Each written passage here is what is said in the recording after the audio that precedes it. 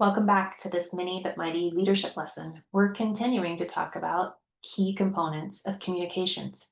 Today, we're going to look at shared pool of meaning, which is a concept that was popularized by a book called Crucial Conversations: Tools for Talking When Stakes Are High. It originally came from Stephen Covey. And the idea is that between individuals during a conversation or an interaction, there is a shared understanding that develops.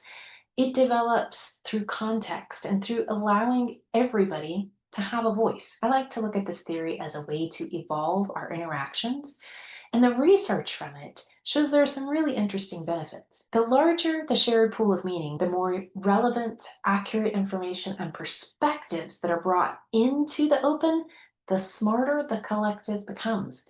It's considered a measure of the group's collective intelligence. When all relevant information and viewpoints are openly discussed and understood, the group can make better, more informed choices. What is really interesting to me is the increased commitment and willingness to take action.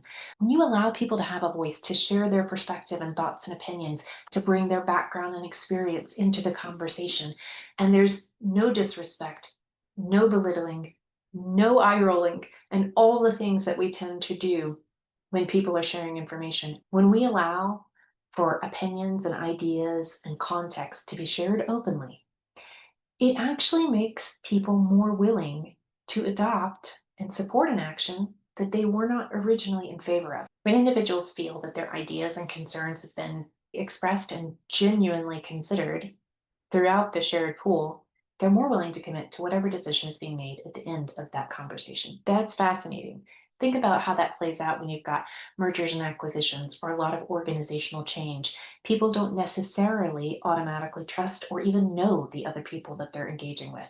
If you can create psychological safety and shared pools of meaning and give everybody a chance to share their perspective, you're more likely to get people on board with whatever decision and outcomes need to be adopted. Interestingly, at work, I've seen this happen a lot of times where you decide to reach out to stakeholders and get their impressions about a new product you're rolling out.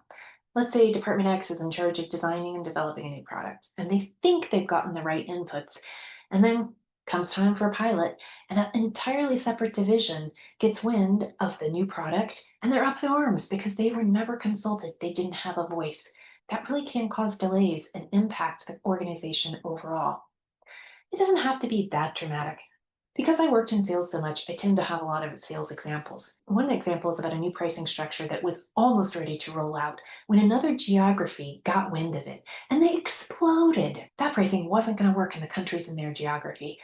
And really, they couldn't understand how it could get so close to being published without them being consulted. In the end, that one went back to a global drawing board where insights and suggestions and considerations were considered from all geographies, and that actually improved the pricing plan that was eventually published. So, shared pool of meaning. How can you use it in your communication? Join us here every Friday for another mini but mighty leadership lesson. It's an easy place to learn more about awareness and leadership so you can level up. Being a boss means using your power for the good of yourself and those around you.